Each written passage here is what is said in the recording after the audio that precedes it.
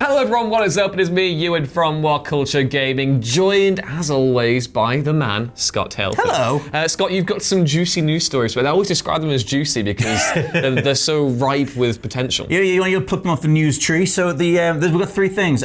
First thing I'm going to talk about is Xbox going down. That was last night. The whole Xbox Live service went offline for about an hour, just in the middle of a game, completely disconnected. It wasn't intentional, didn't result in a black hole, wasn't a giant media event for the good of the whole franchise, and instead, everyone was just kicked out of everything that they were playing. That's sad. It is a bit sad. Now, the wider sort of news, the wider context of this is that it was the same day that Microsoft launched their xCloud service for preview members. If you're on the Xbox preview program, you can play their new streaming service, which I just wanted to talk about, the idea that a live service, they're that prone to just going down and completely ruin the whole point of a live service. What do you think of it? Yeah, I'm still not on board with this streaming gaming future. And that might be because, Sony haven't really, I know PlayStation now has improved over the past few years, but I've not got an Xbox One, so I don't know the joys of Game Pass, but I always like the idea of ownership of physical media. Yes. I don't like the idea of, for a whole host of ethical reasons and other things, but I don't really get the convenience of downloading stuff to then have to stream it. It doesn't sit well with me, so I've never really been fully on board and embraced this kind of technology, but obviously for those who have fully embraced this technology, it kind of illustrates the pitfalls of,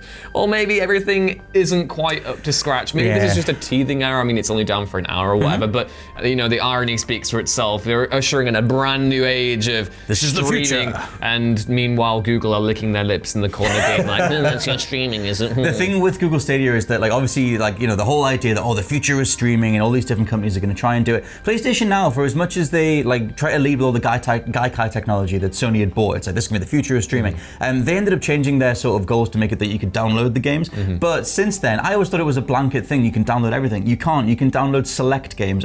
Some other games you have to still stream. So at some point you're still reliant on a server connection, which obviously is then contingent on their server farms being online, which even if someone as big as Microsoft can go down, it just means that if you're investing money into this stuff, it can just go off and you'll just be left looking at a blank screen. And I mean, I know companies have improved their DDoS protection as well, but remember the last two console generations, especially, I think the PS4 and the PSN had massive issues the first 2 years with DDoS attacks and stuff. So that's an issue as well, even if the online service is offline, you can at least put, your single player game, pop it in, wouldn't have to couch co-op because we don't do couch co-op anymore, but you still have the single player there. But now, obviously, if you're relying solely on that connection to the server side, that opens it up to all sorts of potential issues further down the line, including, people with malicious intent online, whether that be the inconsistencies or, capabilities of Microsoft or Sony's hardware, software, whatever you want to call it. So, yeah. It makes me curious about who was asking for this stuff. And it's not that it doesn't have a purpose. Ideally, you click a button, it streams in immediately. If it's as fast as something like Google Stadia shows it to be, that could be brilliant. But like I said, I don't know who was asking for this stuff, and I've seen nothing but backlash since. And the thing is personally, if anyone gives me the choice between having something that I can download and beam into my face, or actually owning a physical disc that I can own and I can admire some box art or whatever, yes, I am sad. Then I'll take box art. I'll always take that option. I'll always take being able to actually own something and have it and be able to use it and not be reliant on some of the service that I'm also paying for to use. That kind of just doesn't sit well with me. I'm game for it in theory, but I just think if it's so easily occasionally, proven but I don't want it to be. I don't want to be the main source of worry. I think like a free game you download every month, whatever, that's fine. But if this becomes the main thing, it kind of makes me nervous. And me personally, again, it's one of those things I just can't wrap my head around. So on one hand, I'm just kind of looking at it and being, well, is this just innovation for the sake of innovation? Does anyone really, really begging to? I know people want more storage space in home and whatever, but at the same time, I'm just kind of like, I know exactly what you mean. It reminds me of when voice controls came in. It was like, everything's gonna be voice controlled. And then if that technology doesn't have a 100% success rate, we just feel like idiots. And for the people investing in streaming technology, the second that stuff goes down, lags, the visual quality drops or whatever, you'll just be like, well, why did I give up my formerly dependable thing that I could have just put a disc in and it would have been fine? And then, in 20 years time, it'll be like, they'll bring back discs as a novelty, and then they'll be like, oh, the only real way to play video games is on disc. And the vinyl resurrection. Yeah, that'll be what it is. I've got a vinyl player. I'll go for it. Yeah. And another thing, do you like Fortnite? Do you like the Fortnite? No, this is another thing. Right, this is another thing I got crusty old man. I'm usually able to empathize and like look past things, but like this is me. There is a wall in front of me, and I've tried to play Battle Royale. I've tried to sympathize. I've tried to empathize. I've tried to understand why people enjoy it. But every single time, there's just a wall in front of me, and I'm like, this is bad. I don't get why you all like it. Yep. I don't get why you, particularly you, like this game. I'm with you, but mate. I'm going to judge it at the same time. It's just not for me. So it's fine. whatever. That's more than fine. Yeah. So you'll know though that the whole thing happened a couple of days ago with the end of season 10. The whole game shrunk into a black hole, which was pretty epic, to be honest. Epic games. But the whole bit of music they put underneath was really, really cool. And a lot of people were like, what the hell's going to happen after this? Is it going to be, are they just going to go into season 11?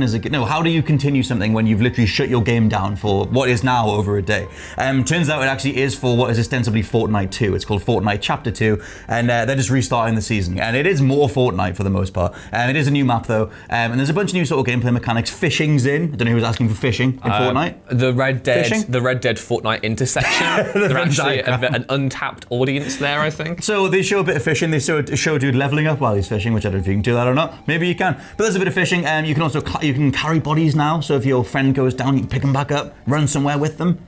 You know, you can swim. Do you want to swim now? Swim for the Fortnite? Before I came in, I was asking you, and I was like, what would get you back into Fortnite? And for me, it would be able to go prone and sliding. That's what I want in my shooting games. I want to slide into combat and shoot stuff. And so for me, it doesn't really necessarily entice me that much, but I like that they've sort of added some stuff to the core thing. I mean, the vehicles are a nice touch. You know, vehicles, boats as well? the speedboat action they showed actually looked quite interesting. I'm always down for some vehicle-on-vehicle combat in whatever shooter you have. It's just, even though I think the aesthetic's quite cutesy as well, it's just not for me. I think Fortnite's reputation is very much, it's for the kids. And obviously you look at we had a comment on our video yesterday about a kid talking about that his mum's credit card had expired and he wouldn't be able to buy more microtransactions. I can see where you're coming from. But it's a tough life, isn't it? It is a tough life. But as much as it's sort of associated, obviously it is this big kind of euphoric kids thing. I still think it's fascinating as a media entertainment entity. It's kind of insane trying to iterate on something so big. We can be as cynical as we want, but at the same time, you know, this is a new way of kind of relaying a video game. This whole idea of events as a live model is really interesting. I think you, Jules, and Josh touched on it in a podcast yesterday. You know, we could see this has countless, boundless applications to different games in the future, and that in itself brings with its own pitfalls. You know, the fear of missing out. You don't really want to. If I'm not playing the game right now, what do I know if the next thing is going to happen? What if a giant robot comes and fights a monster again? As we see more franchises and studios pivot into games as a service models, you know, Fortnite is laying the groundwork for better or for worse, and that's very interesting for someone who I personally don't understand anything. I can make you love it again. We talked about this yesterday as a potential for which game might do a live service thing. The Avengers. I did think about this. I imagine Galactus comes down and he's just like, oh, not chomp chomp on the planet, and I'm just there like, oh my god, it's Galactus. And you got to respond. Like something like that, I think that's the future of live storytelling events. I think that stuff would be brilliant. And like they've already said, to just finish that point on the Avengers, they have already said that they are doing live events. Yes. So like we'll see if something as epic as that actually comes to fruition. Final story is my good friend Blizzard, who used to be a good friend, is now a bit off the boil. Mr. Blizzard. They're a bit cancelled now, aren't they? He's not doing very well. So big old Blizzard had a whole event planned for the launch or play sort of testing of Overwatch on Switch. I know, it would be nice. They had a whole meet and greet with the voice actors planned and everything. And big old big bad Blizzard. Cheers, love. Couldn't do it. So he pulled out. I keep saying they pulled out.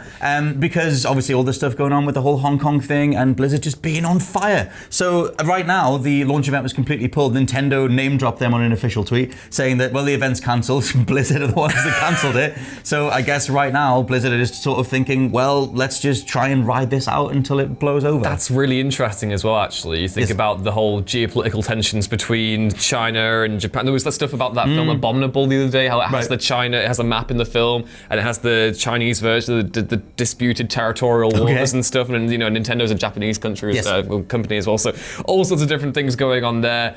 Dear God, Blizzard, sort your act out. I mean, it's one of those things where any kind of backlash that comes from us or anywhere else, you know, who are quite obviously outraged by what's happened, that means nothing next to that company bottom line. They're going to be making loads of money in China anyway, so that's a bit of an issue. But also, once you take into account the whole thing that, you know, what they're doing is antithetical to the core concept of Overwatch in the first place. So Yeah. I mean, it's weird because like they had this whole thing. It was at the Nintendo store in New York, big iconic sort of store in the middle of New York. And although Overwatch isn't actually out until next May, but like they kind of could do with building a bit of steam. They could have done with this goodwill vote, even if you're just going to cook the books and say, look, we're kind of not regarded very well right now. And they have BlizzCon in the next sort of, I think it's 2 and a bit weeks. But the major assumptions at the minute as to why they cancelled is obviously because they'd have to various reps would have to interact with the public. People could ask a whole bunch of questions, and they'd rather just not. Yeah, they don't really now. want someone asking Reinhardt how he feels about the whole Hong Kong situation. And he goes, free Hong Kong now. Finding the voice actor for May and getting her involved. Yeah. So yeah, there's a whole bunch of stuff with that, and it just seems like I think they're just going to wait. I imagine the Q&A will get cancelled for BlizzCon as well,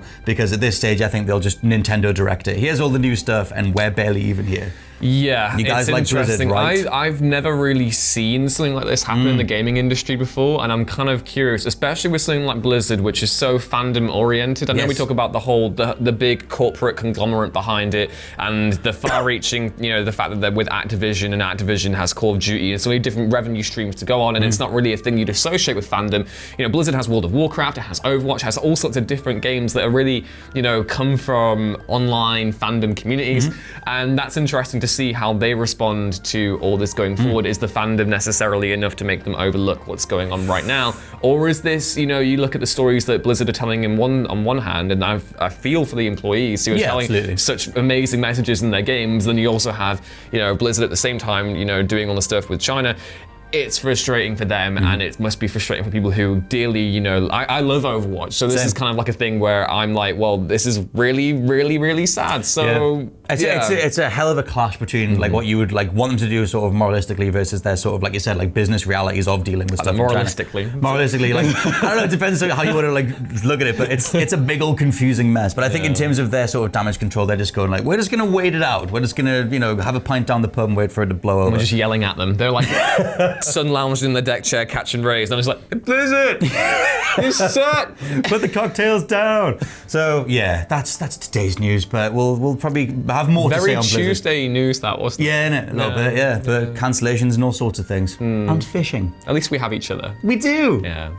That's the message that we have this week. But yeah, let us know what you think of those stories down in the comments below. We're very sorry if the Blizzard news has upset you in any way, shape, or form, but the Fortnite stuff sounds pretty cool. And also, Xbox is back as well, so snakes and ladders. That's how it is. Please be sure to like, share, and subscribe, and head back on over to whatculture.com/gaming for more news, lists, and articles like this every single day. You can catch me on Twitter at Ewan Things, and you can catch my colleague Scott Halford at /LP89. We'll see you next time. Bye. Bye. Bye. Good night and good luck.